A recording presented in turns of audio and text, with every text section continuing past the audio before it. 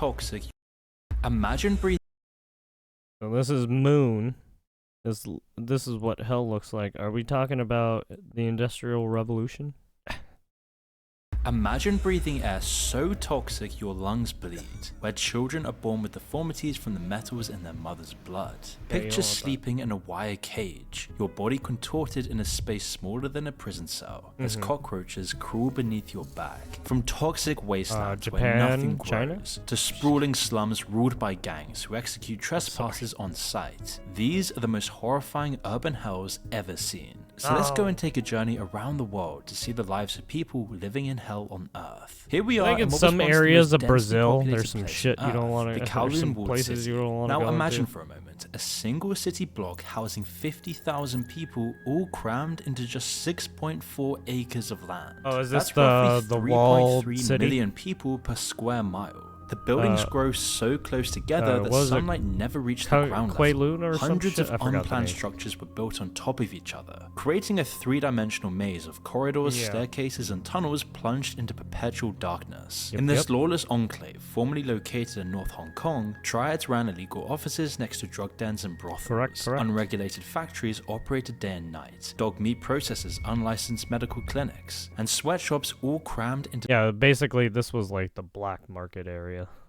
tiny apartments. Though the city was eventually demolished in 1994, its legacy lives on in Hong Kong's modern housing crisis. As fast forward today, and more than 200,000 people live in what locals call coffin homes. Spaces so small they'd be illegal to house prisoners in most of the world. These 15 square foot apartments are barely long enough to lie down in, and not even tall enough to stand in. And yet they still cost around $200 to $500 a month, which is about half the average income. This isn't even cheap considering what you're getting. And the most horrifying of Hong Kong's coffin homes are the cage homes, where people live. Correct. These are the cage coffin homes. Right. I think these are also the. These are the. I think these are the ones where they put up right the nets in some of these areas. Live in wire mesh boxes stacked 3 high in dilapidated the iron buildings. nets, Some so people buildings in the wouldn't fucking Sham Shui suicide. Po and Mong Kok districts house thousands of these subdivided units, with entire families living in 40 square foot spaces, cooking, sleeping, and studying all on the same bed. And of course, air conditioning is a luxury in summer, as temperatures inside these metal boxes can reach 100 Fahrenheit. Hong Kong is sweltering under one of its hottest summers on record. It's hard to stay Oh yeah, cool that place even had when like there's no a AC. breeze. So imagine what it's like to be holed up in a home like this.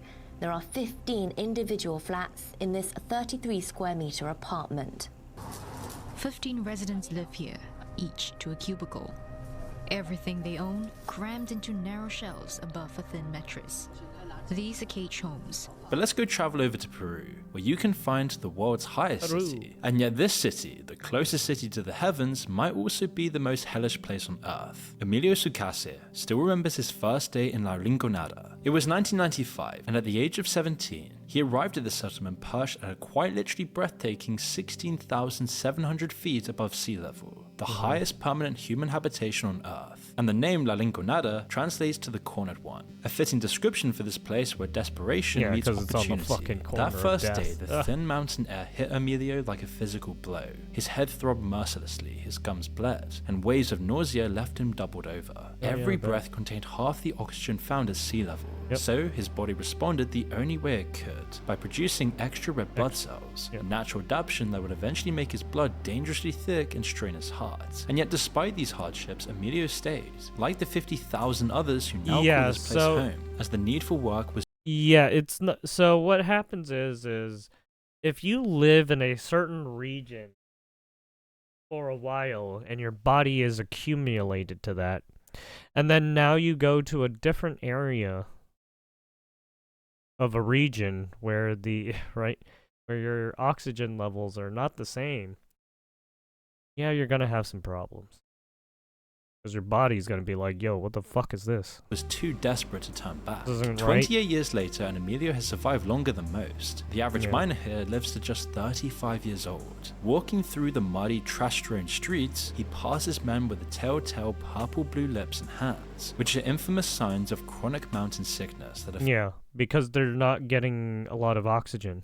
right? So they're slowly getting oxygen deprived. affects many long-time residents. La Rinconada sits precariously on the side of Mount Anania, all beneath a glacier called the Sleeping Beauty, though there's nothing beautiful about what happens beneath it. In the mine where Emilio works, gold extraction happens through a primitive method that's barely changed in centuries. Miners grind ore, treat it with mercury, and then burn off the mercury to isolate the Very gold. dangerous, This by the way. vaporized mercury Especially then when settles you're in already everything. The soil, the getting all water, the even fucking the health rain. Emilio elements has seen the just being in that consequences area. firsthand. Neurological damage, birth defects, and cancer throughout the population. Children develop chronic respiratory problems within months of birth. After decades of working underground, Emilio's lungs bear the scars of silicosis, a disease caused by inhaling silica dust. Medical surveys have shown that 50 to 60% of miners' bodies show evidence of this condition. But what keeps Emilio and others trapped in this nightmarish place is an economic system so exploitative it borders on slavery. He works Sounds under a about right. system of 30 days of unpaid labor followed by a single day where miners can take whatever ore they can carry out on their backs. Whether that ore contains any gold is just pure chance. Some months may Jesus. bring enough to feed his family, but many others bring nothing. La Rinconada has earned the Spanish nickname La Ciudad Sin Ley del Peru, meaning the lawless city of Peru. Peru, yeah. Law enforcement is virtually non-existent. In 2019 alone, authorities rescued 68 Yeah, victims of human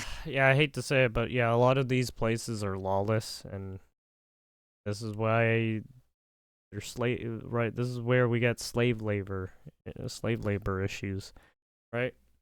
This is the idea of right, the cobalt mines and everything in China, right? This shit right here.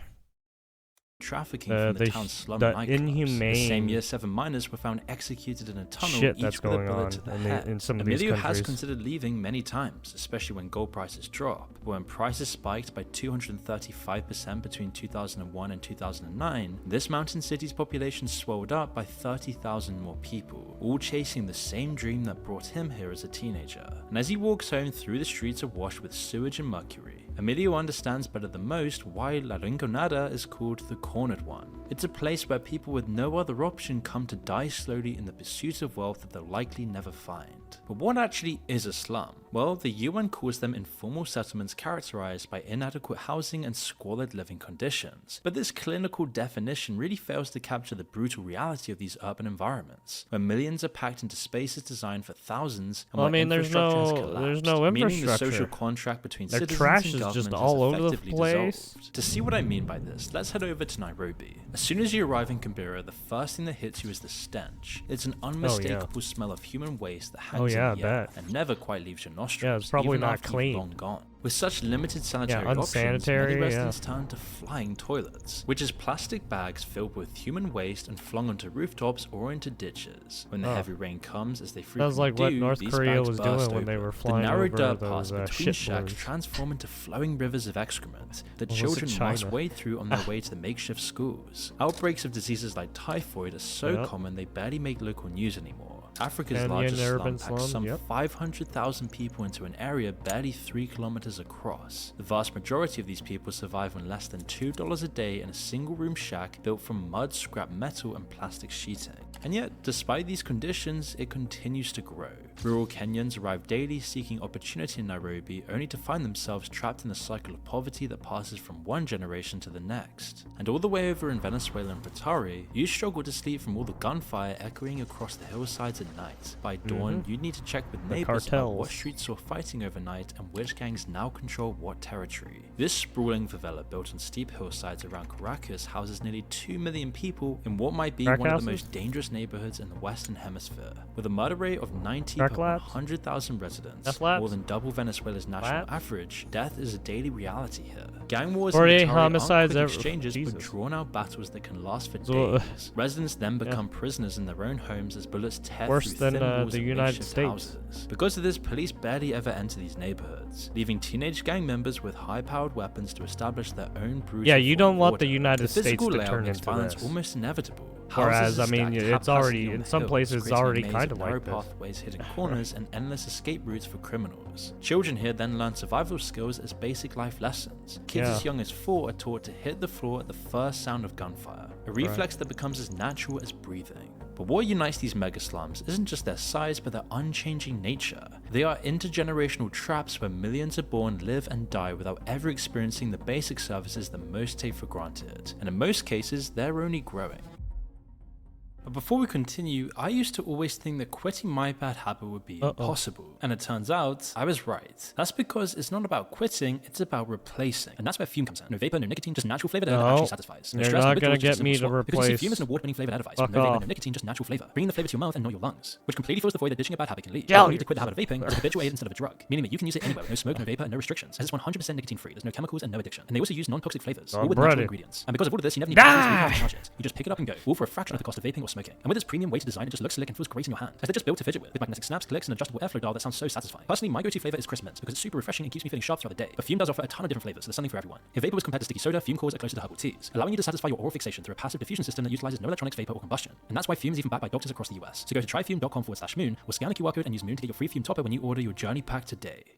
Now we're about to take a cold plunge as we head into one of the darkest, coldest, most polluted, and most depressing settlements on the entire Russia. planet. Sergei's alarm goes off at 6 AM, but there's no sunrise to greet him. For 2 months of Norilska's winter, the sun never appears above the horizon. He'll work his entire shift in the nickel plant in darkness and return home in darkness. This is the life 300 kilometers north of the Arctic Circle. And as he opens his apartment window to check basically the it's weather, always a familiar dark here. metallic taste hits the back of his throat. Just because of sulfur the, dioxide is just where they particularly live bad today. You can actually geographically. see the yellow-tinged fog hanging between the Soviet-era apartment blocks. Breakfast is quick and basic, just tea and bread from the limited selection at the local store. There's an eerie silence all around him, always feeling like he's being watched. Fresh produce is a luxury in this isolated outpost, as it's accessible only by air for much of the year. This is exactly what Russians call a closed city, where you need permission to enter or even leave. It's almost totally cut off in the winter and has no road connections. As he makes his way outside, Sergei crunches through snow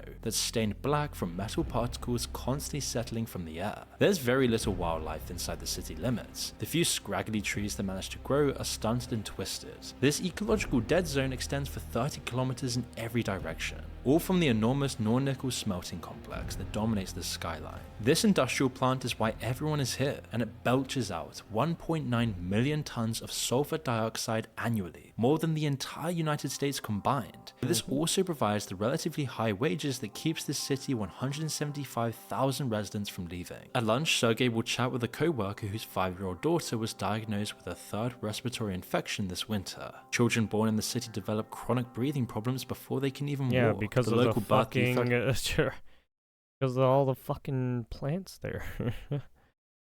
rate is significantly higher than the national average. It's why doctors quietly advise that pregnant women leave the city and never come back. Well, it's a the dead workday zone. then ends, and Sergei there's steps like back into the perpetual how night. fucking The barren it temperatures looks. can plummet to an There's, like, insane no minus life around. 40 Fahrenheit. This is the point where Fahrenheit and Celsius converge. His Yeah. breath completely freezes instantly, forming ice crystals on his scarf. And this brutal winter lasts 9 months. Back home, he doesn't open the windows again, no matter how stuffy the apartment gets. The ground beneath because his it's building fucking- is contaminated with 'cause it's copper, dangerous. arsenic, lead, and nickel at levels hundreds of times above safety standards. Which Mm-hmm. is why it's no surprise that cancer rates are 2.5 times the Russian average, and life Yeah, expectancy you is 10 basically years have shorter to than wear a anywhere else in the biohazard country. suit As he prepares every for bed, fucking Sergei time might you go glance at outside. photos of relatives living in southern Russia. Why doesn't he leave? Well, this place gets in your blood, literally and figuratively. Norilsk was built for industry, first by expendable gulag prisoners during Stalin's era, now maintained by workers making the grim economic bargain to earn more now, but almost certainly die sooner. Travel 2,500 miles west to Jersink, and you'll find a different flavor of toxic hell. Dimitri's Yep. morning commute to Jersink takes him past faded Soviet-era murals celebrating chemical production. One depicts scientists in white coats proudly creating new compounds. Another another shows workers handling basically, industrial these are the materials as one of Russia's unregulated key sites for natures chemical of, weapon production, including toxic nerve agents. The city holds the dubious industrial honor of being named the revolution most shit. chemically polluted city on Earth by the Guinness This Book is of basically World Records. without And so any the soil here regulations, and you contains just turn dioxin it into levels a 17 fucking million hellhole. times the safe limit. A quarter of the city's population works in chemical factories. Dimitri's father did, as did his father before him. Most days he can tell which plant is running which process by the particular smell and color of the emissions rising from different smokestacks across the industrial zone. At the factory cafeteria, conversations often turn to health issues. Almost everyone has some sort of ailment, respiratory problems, skin conditions, or more serious diseases. The death rate here exceeds the birth rate by an astonishing 260%, and life expectancy hovers at 42 years for men and 47 for women, the shortest in the industrialized world. What connects both of these Russian cities is their shared history. Industrial centers built Yeah, and you think in America, 70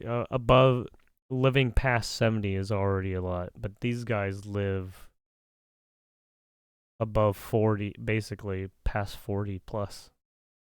That's their average expectancy in some of these areas, averaging above 50. That's oof, man.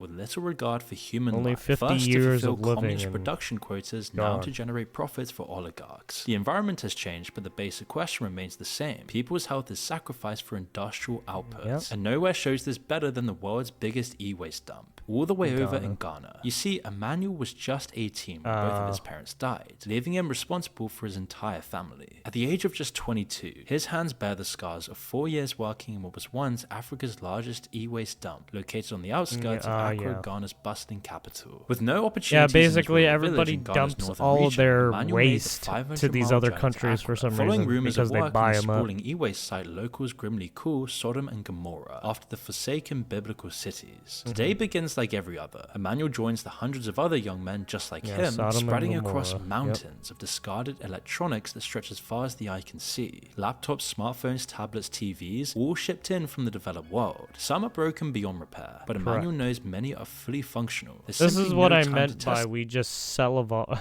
right? We do recycling sometimes, but we just sell our shit to these people, and these people process it or break it down. them all when survival depends on volume. By mid-morning, And then they the send heat is them. just They send unbearable. all this, It's all 40 that degrees work, Celsius, all the extremely materials humid. to Emmanuel's the working other countries tirelessly for on money, an empty right? stomach and has already dismantled dozens of devices, separating valuable copper wires and circuit boards from worthless plastic casings. Around him, fires burn constantly as workers melt plastic coatings off copper Yeah. wires. The acrid smoke Also, this is contains a all toxic dangerous, cocktail too, of lead, right? cadmium, mercury, and flame retardant. Yeah, you're melting all. Right, you're burning all these products that have all of these chemicals in them, and it's going into the air. Chemicals all linked to high rates of cancer and neuro. Yeah. Yeah, this is pollution, by the way. Right, if you want your climate change, this is your actual climate change. If you don't fucking be careful, you're fucking burning a lot of fucking gross shit into the air. Neurological damage. The men and boys working here, and they range between 13 and 35 years old. They're not from Accra, they come from the north of the country, and they came here on a sort of gold rush, promised riches from waste. But the riches turned out to be a pittance, and the gold turned out to be lead, cadmium, and other heavy metals Copper, yeah. lodged in their bodies and slowly Nickel, poisoning yeah. them. The headaches are the worst, Emmanuel says, pressing his temples. Sometimes I just cannot see clearly for hours after work. For a week of such labor, he will just earn about $60. And scientists who study this place estimate that workers in these conditions often die before reaching the age of 30. Emmanuel knows the risks, but has no Average alternative. age of So 30. not far from where Emmanuel Yes. works, a group of children, some as young as 7, pick through Oh, smaller yeah, pick electronics. through and They've work. developed expertise in identifying valuable components. Their Yeah, small this is fingers your able to child access labor parts shit right adults here. just can't reach. Each child supports a family somewhere, just as Emmanuel does. Though the main scrapyard was officially demolished in 2021, This is what a lot following of people international have pressure, issues with the in e-waste America flow hasn't and, stopped. right, It's the simply Western been and dispersed to some of other these sites Western around and Accra, Eastern making the problem countries. less visible but no less deadly. So Emmanuel now works in one of these satellite locations where This is your conditions slave are just as labor, hazardous. in But when a you sense. upgrade your device, the current one you're watching with might end up in Emmanuel's hands. And then as night well, falls, Emmanuel returns to the tiny Yeah, I room he guess you shares can with say 4 other indentured e-waste workers servitude. for the rest of his life. His lungs burn, his fingers bleed from small cuts, and tomorrow he'll wake up to do this all over again. But now let's turn our heads over to Central Asia, in one of the largest but mostly sparsely populated areas on Earth. A local Kyrgyzstan? shepherd, Azamat, rises before dawn, just as shepherds have for centuries in the mountains of Kyrgyzstan. The 56-year-old's Kyrgyzstan. weathered face shows the marks of a lifetime shepherd spent land. outdoors in Central Asia's harsh climate. But unlike his ancestors, Azamat faces an invisible enemy that no traditional knowledge can combat. As he leads his flock of sheep from their pen, he mentally maps out the day's route. Some valleys are worse than others. Some hills must never be climbed. This knowledge wasn't passed down through generations, but learned through bitter experience. 3 years ago, I lost my flock after they grazed for too long near the old mine entrance. As he No explains, he points to a way. distant hillside that looks no different from any other. The animals become sick, he says. Their wool fell out in patches and they died within weeks. Oh, Now, what makes Jesus. Azamat's home, in Malusu, different from other pastoral communities is what lies beneath the surface. This small town of Radiation from 20,000 people sits atop 23 massive Soviet-era dumps containing 1.96 million cubic that meters makes of sense. radioactive Yep, there you go. uranium waste, enough to poison all of Central Asia if ever released. sense. In this Yeah, there it incredibly is. poor region, with unemployment reaching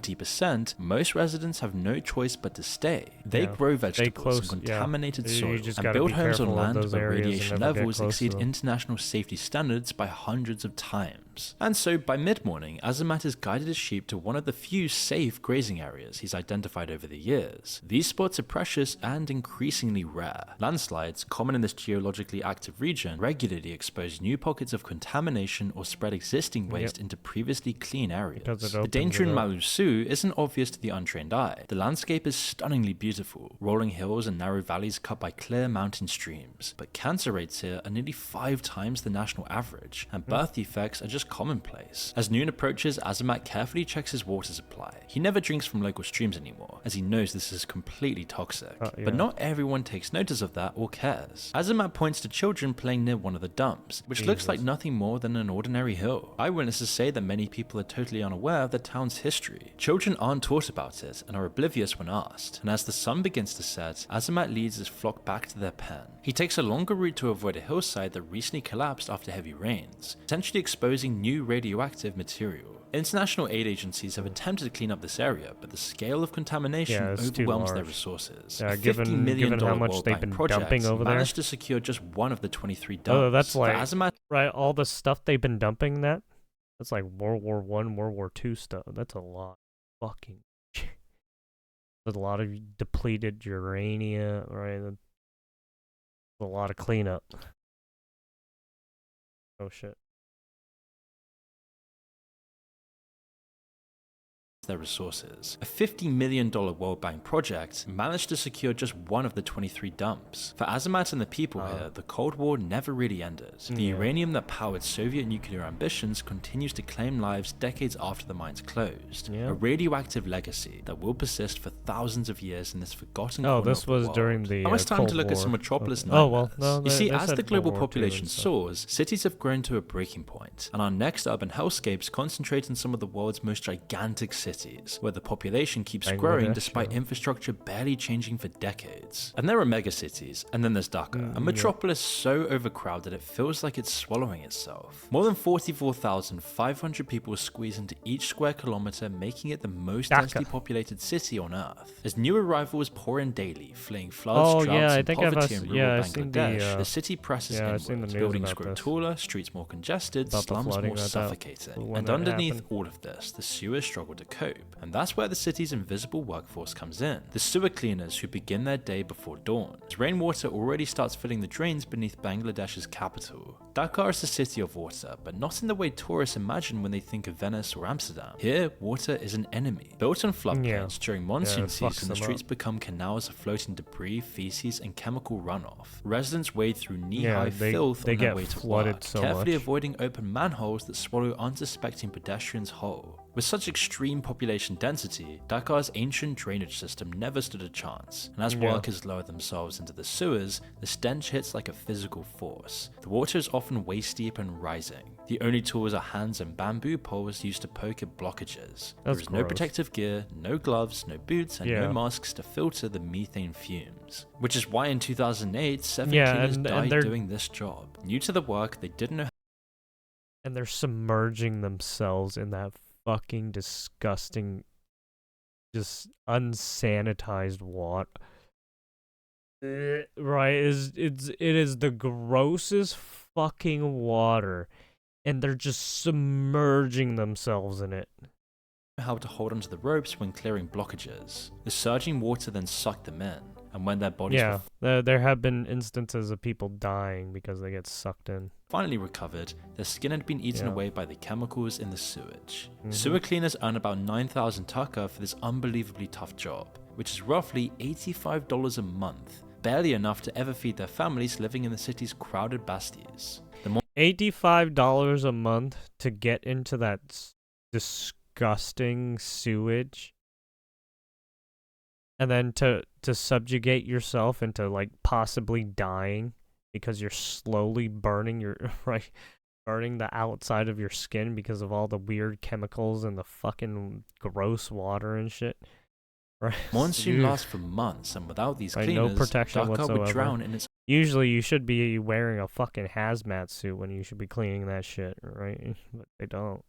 own waste. However, as the lowest caste members of society, they remain largely invisible, except when the sewers back up and floods threaten the city, and then suddenly everyone remembers they exist. But the sewer workers aren't the only ones suffering in Dhaka's working conditions. In the garment factories that line the city, young women stitch together clothing for global brands, working up yeah. to 16-hour shifts in windowless rooms where Correct. temperatures reach 110 Fahrenheit, slave labor, basically. knowing that if a fire breaks out, the exits will Yeah, all they're likely dead. be locked, just as they were in the 2012 Tazreen Fashions factory fire Yep. that burned 112 workers Yeah, I alive. remember this one. On the streets of Dhaka in Bangladesh, anger over working conditions at factories like this one making garments destroyed by fire. 112 workers died, trapped inside or jumping to their deaths.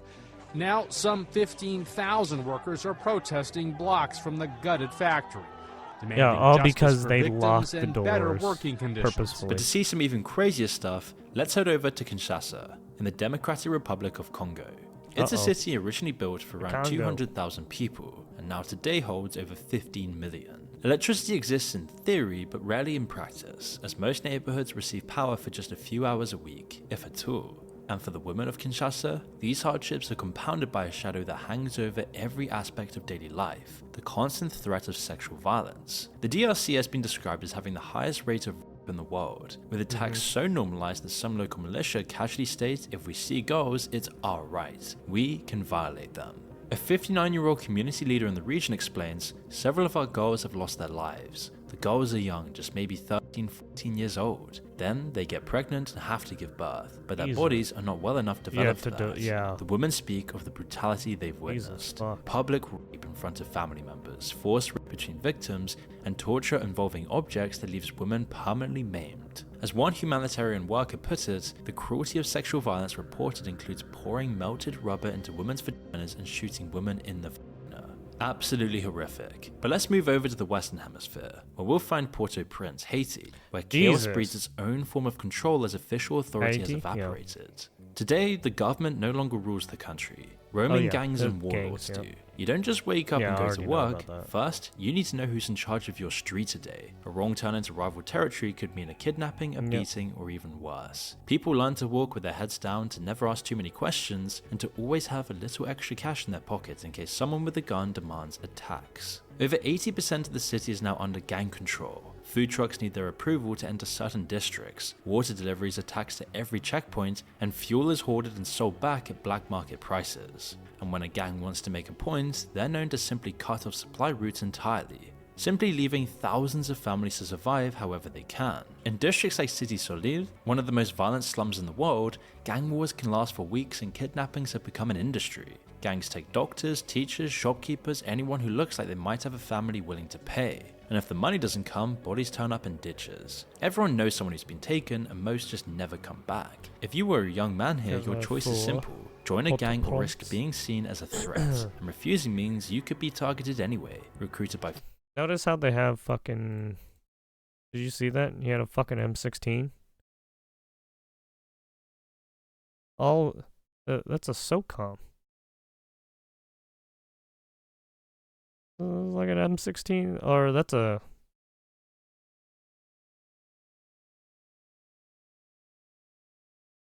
Yeah, that looks like a SOCOM.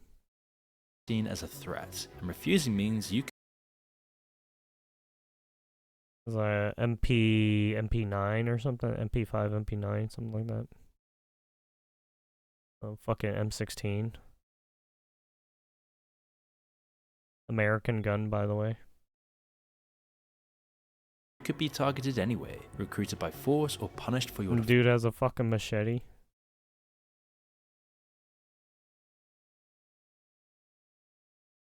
that an AK? who looks like that. If you were a young man here, your choice is simple. Join a gang or risk being seen as a threat, and refusing means you could be targeted anyway, recruited by force or punished for your defiance. But the thing is, the city wasn't always like this. Before the 2010 Haiti earthquake and all the corruption surrounding it, Since the devastating earthquake that ravaged Haiti, killing more than 316,000 people, leaving at least 1 million homeless. My foundation has contributed $1 million there to the construction of emergency storm shelters in Leogane. But according to a new expose in The Nation magazine, the shelters turned out to be a series of trailers beset with problems, including mold, shoddy construction, in one case, worrying levels of formaldehyde. The trailers are also built by the same company, Clayton Homes, that's currently being sued in the U.S. for providing formaldehyde-laced trailers to displaced residents after Hurricane Katrina. there was a time when people gathered in the markets without fear, when parents would let their children play outside after dark, and some still hope for this return, to become like their neighbor in the Dominican Republic, but others have just given up, trapped and unable to leave. But Port-au-Prince isn't the only example of this. If we go over all the way to Sudan, once a functioning capital city, Khartoum has been transformed into an active war zone where Yeah, residents that's, are caught between crossfire, looting militias, Don't go and a there. total lack of government Whatever you control. do, don't For go one there. family in the Hajj Yusuf district of eastern Khartoum, the morning That begins place with a is a desperate fucking war calculation. zone. Is the day safe enough to venture outside for water? Which route might avoid the rapid support forces checkpoints? Will the army's artillery shells fall close to home again? Their two-story home once represented stability, but now the top floor has been abandoned after a shell tore through the roof just 3 months ago. Jeez. The family now has to sleep in the bathtub or under the concrete staircase, the Yeah, only or places else they'll offering get some fucking minimal protection from bombed or some artillery. shit. You see, this civil war erupted in April 2023, when tensions between Sudan's Those are military the and only the safest RSF place. paramilitary group exploded into an open conflict. The RSF quickly seized control of most of Khartoum, subjecting civilians to months of brutal occupation before the army began its recent counter-offensive. The father of the family pierced through a small gap in the window's metal shutters, scanning for movement. Outside, the street that once bustled with neighbors and vendors lies eerily empty. Blocks of buildings stand damaged and ransacked, Yeah, it's some almost like blackened a by ghost fire, town. most pockmarked with bullet holes. The charred remains of vehicles litter the roadside, mingled with discarded furniture and the debris of urban warfare. Even water has become a weapon in this conflict. The warring factions cut supply lines to civilian areas, which is transforming basic survival needs into tactical advantages. Last Yeah. week, the mother waited 4 hours in line at a They're community basically well, trying to only rush home starve when and- gunfire erupted starve and, nearby. right, The 20 isolate liters she people. managed to collect have to last the family of 5 for cooking, drinking, Slowly- and minimal slowly washing. kill The them children all. haven't attended school in months, and their only education really just consists of learning which sounds mean danger, and a distant thump of artillery is less worrying than the crack of nearby sniper fire. But at least the children can identify which armed group is nearby simply by the vehicles they drive. The teenage son, once preparing for university, just spends his days scanning neighborhoods for food supplies to bring home, witnessing things that no young person should ever see. Bodies in the Yep. streets, executions at checkpoints, and women dragged away by armed men. When retreating RSF fighters swept through their neighborhood last week, the family huddled silently in their bathroom, pressing towels against the door crack to hide any sign of presence, and through the wall, they hear their neighbor's door being kicked in, followed by gunshots and screams. Learning that the neighbors had been executed, shot in the back as they entered the gate. There's only a few good neighborhoods to escape to, but even then, the whole city lacks clean water, electricity, waste management, healthcare, and physical safety. But nothing can compare to a city like Ulaanbaatar in Mongolia. Ulaanbaatar is the capital city of Mongolia. the country, but as soon as you step into the city in winter, your body immediately protests. The first breath is like swallowing fire. The minus 40 Fahrenheit air Yeah, burns the- your 'cause throat, it's so and the cold cold. particles suspend in this air, scraping your lungs like sandpaper. Your eyes So water cold it instantly, forming burns. tiny icicles on your eyelashes. But the cold isn't what's truly killing people in the world's coldest capital. It's what they must do to survive that it. nice? Look out across the city at dawn. From the hills surrounding the Instead center, of- thousands instead of of smoke high plumes heat, rise from it's the vast so settlements cold of that the it burns traditional you. felt tents where half the Isn't city's that great? 1.5 million residents live, all without any running water, sewage Yeah, systems, or sanitation. Yeah, heat and heat and cold, they're right. They're both sides of the same coin. It's just which one's gonna be worse. Heating. So people Which just one burn can whatever you they can tolerate find, or more? furniture, plastic bottles, and old clothing. Either Children way, are they're breathing both this going air to that researchers burn you. compared to smoking 60 Either at cigarettes high daily. heat And when you walk through the or narrow at super paths low after temperatures. snowfall, you just start to notice something really strange. The snow turns black within hours, covered in a layer of soot. During winter, when cold air traps pollution close to the ground, Ulaanbaatar's air pollution levels can spike to 133 times the WHO's recommended safety limit. You often find yourself lost in what locals call the soup, air that's just so thick with pollutants that visibility drops to virtually nil. It's so bad that tourists travel there just to experience this for themselves, Why? only to develop It's severe just- coughs, headaches, and insomnia. And Yeah, then they're only go- for a brief summer can residents finally breathe again without pain, all before the cycle begins again, in a city where staying warm means slowly poisoning yourself and everyone around you. Yeah. But you see, when researchers compile lists of the world's deadliest cities, you'll notice that Latin America consistently claims over 40 of the top 50 Jesus. spots, in a bloody list of urban slaughterhouses where murder has just become routine. Murder, However, murder, pinning down the murder. most dangerous cities on Earth has always Oh, been murder. tricky, as many that once seemed beyond redemption actually improve. Oh, while we're gonna previously take your peaceful towns suddenly organs. erupt in You bloodshed. took some And drugs from nowhere us. illustrates this volatility Didn't better pay than back your Duran, Ecuador. drugs. As in 2017, this Stole from unremarkable us. poor city recorded just Whatever the 11 case murders. is. And Murder. yet by 2023, just 6 years later, that number had skyrocketed to 456, giving Duran the highest murder rate on Earth at 147 per 100,000 residents. Now, Jesus. to put this into perspective, this means roughly 1 in every 680 Duran residents will be murdered in a single year. And if these rates continue, a person living in Duran for a decade would face approximately a 1 in 68 chance of being murdered. The city's descent into chaos began in February 2022, when people discovered corpses hanging from the main footbridge, mutilated bodies swinging above rush hour traffic as a message from gangs that gained a foothold in the Oh, area. okay. And what I followed thought it was was like a serial industrialized killer. killing. No, this is 8 just separate gang massacres violence. occurred in just 5 weeks between December gang on gang 2023 and wars. January 2024, and public officials And who then challenged just authority getting- were executed in broad daylight. Oh, yeah. And the fighting still continues to this day. And across the Yep. continent, we can find Ciudad Juarez, a Mexican border city where public cartel violence is widespread. Yeah. However, if you, it's a changing situation. You see, yeah, at its peak in all 2010, those Juarez beheadings averaged and 8 murders stuff. daily. Yeah, A it common happens sight in there some would of be to these- watch bodies in hanging some from of these roads and bridges countries as you where they drive to your fucking local film it OXXO and across the shit, and then street. post it It was so online. bad that even Sicario had Yeah, to make a film Sicario, about yeah. this. However, violence here today has actually dramatically declined from those darkest days. Yet the psychological damage Sicario is a remains, good as many movie, but children there pretty can learn to fucking identify brutal. the caliber of weapons from gunshot sounds, and know exactly which streets mean certain death on which days of the week. With many in the state of Chihuahua accustomed to narcos, roadblocks, Sicario shootouts in the rancho, and express kidnappings. Something that's even worse in South Yeah, Sicario's probably like pretty 1-to-1 with how shit goes down. Africa. As South Africa's cities present a different kind of dystopian nightmare. One where kidnappings has exploded by nearly 200% in just the past decade alone.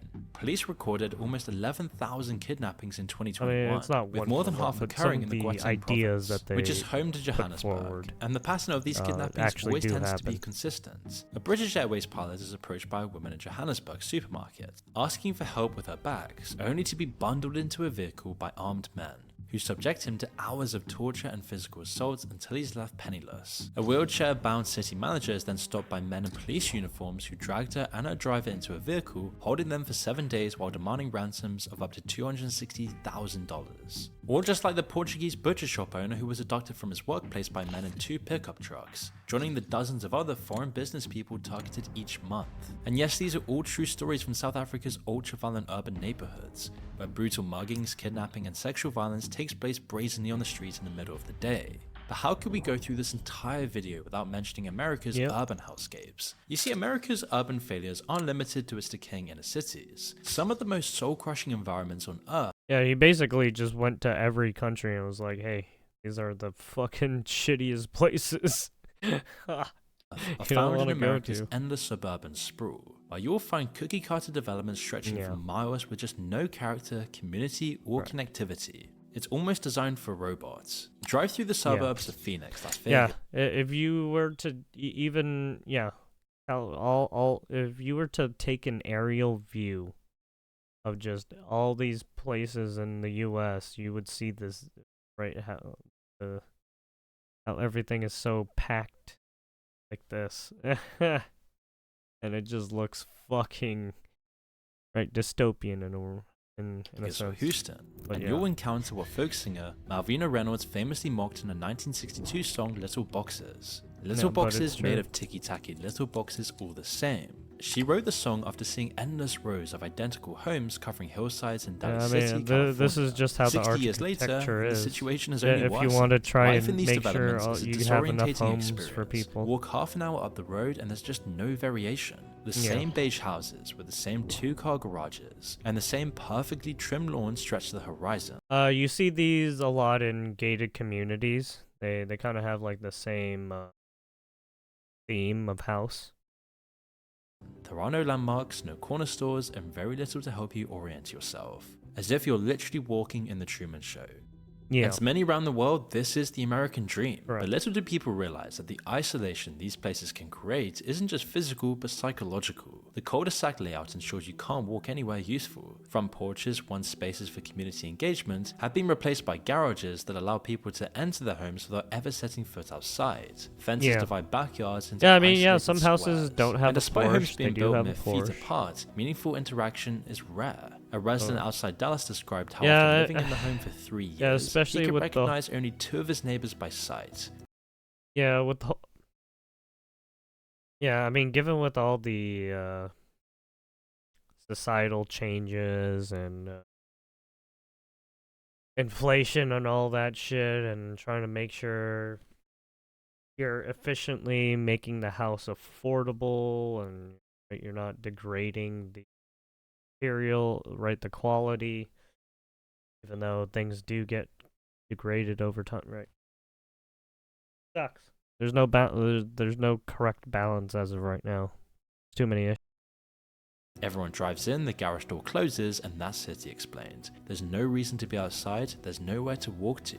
These neighborhoods enforce conformity through homeowners associations with rules that border on absurd. These homeowner associations dictate acceptable paint colors, lawn heights, and whether basketball hoops can be visible from the streets. One homeowner in Phoenix received a $150 fine just because his garage door was left open for more than an hour. Another was threatened with legal action because her roses were the wrong shade of red, yeah, according to the you never want to live in a The construction HOA quality matches the design philosophy, area, built because quickly, they're cheaply, and just a without any nuisance. character. Walls are so thin the conversations carry through them, and cracks often appear within months. These developments were ironically marketed as an escape from urban problems. The post-World War II sales pitch promised clean air, open space, and community, but instead they created new problems: isolation, loneliness, car dependency, and depressing sameness. However, worst of all is the soul-sucking US city traffic. California Words can't traffic express how hell is awful awful. it really is. As drivers lose 119 hours each year, that's the equivalent of 15 full workdays in a row, spent staring at brake lights, breathing exhaust fumes, and inching forward a few feet at a time. The city's infamous traffic isn't just occasional congestion, it's a chronic condition that transforms commutes into endurance tests. As one Los Angeles resident put it, I physically cannot comprehend how people navigate LA traffic daily without going clinically insane. The infamous 405 yeah. freeway has been widened repeatedly. Sometimes you want to turn that car into a deadly weapon because everyone is fucking assholes. Into 14 lanes in some sections, and yet the traffic remains yeah, relentless. California is pretty During bad Thanksgiving sometimes. weekend, the well, gridlock I mean, becomes yeah, so legendary. No, actually, it is one of the worst. Right, one of the worst places to drive, just because of this right here. That news helicopters Holiday broadcast aerial travels, footage of it as an annual tradition. From going above, to the certain headlights and tail lights events. stretch the horizon Right, like rivers of it's light a flowing fucking nowhere. hassle One driver every described fucking what time, happened and it's when he fucking tried to annoying. drive to his parents' house 40 Well, I don't miles like away going for to Thanksgiving events a lot. dinner. I left Because you have to sit in those fucking shitty ass driving lines all the fucking time. 2 p.m. thinking I'd beat the rush. This is why I hate 5 hours California. later, I was still on the freeway. I missed dinner completely. The toll extends beyond just wasted time. The physical Yeah, it's like, you need to go to this place in like 20 minutes? Okay, well, it's going to be an hour now. Good luck. The fuck?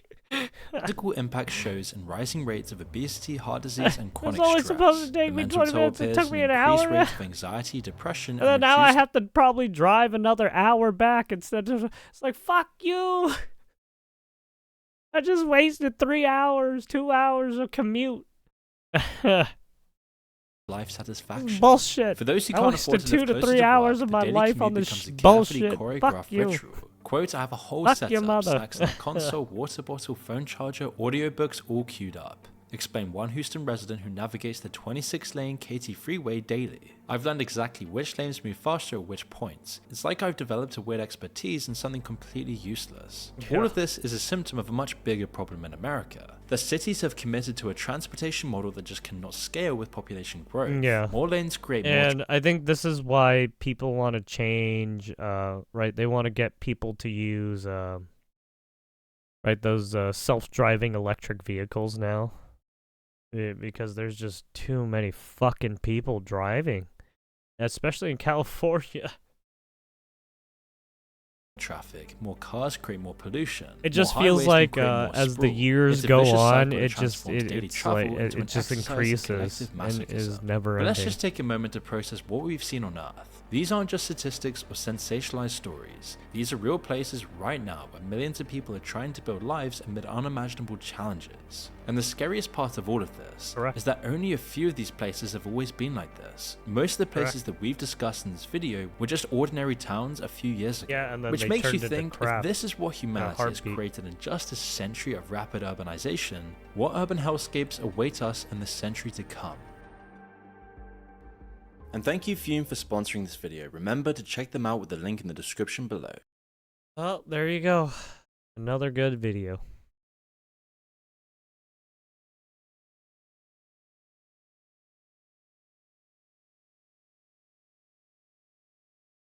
Sometimes I hate that I live in a tiny town in the middle of nowhere, and I watch videos like this, and I really like my quiet little town. Yeah, I mean, yeah, it doesn't beat it, right? Yeah, you just don't want to go into those areas, right? Not a good time. And suddenly all my personal problems don't feel like problems anymore. There should be mandatory viewing. Gives such a stark perspective and teaches you to be grateful for everyone you have. Thankful. Yeah. I mean, right, everyone on this planet has a role to fill in a sense. Whether they live in fucking Russia, they live in Africa, right? They live in Venezuela. Everyone has a part to play in society in a sense. Now, whether you can survive, right? Well, that's gonna be up to chance in a bit. That's gonna be up to chance because yeah, criminals don't give a fuck about chance. Criminals do care about chance. It just happens when you least expect it. Or just happens when wrong place, wrong time, right? Did Moon just compare murderous cities and chemical contaminated hellscapes with American suburbs? Like being cookie cutter and having the same house as your neighbor comparable to a carcass?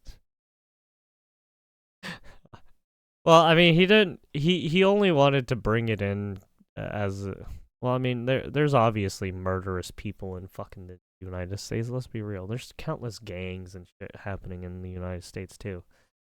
It's just he already ironed out like a lot of the gang situations in a lot of these countries already, right? And obviously, it happens in the United States too. There's gangs in the UK, Canada, right? There's gangs everywhere. No nation can never get away from gangs. They always happen. They are a part of the societal system, right?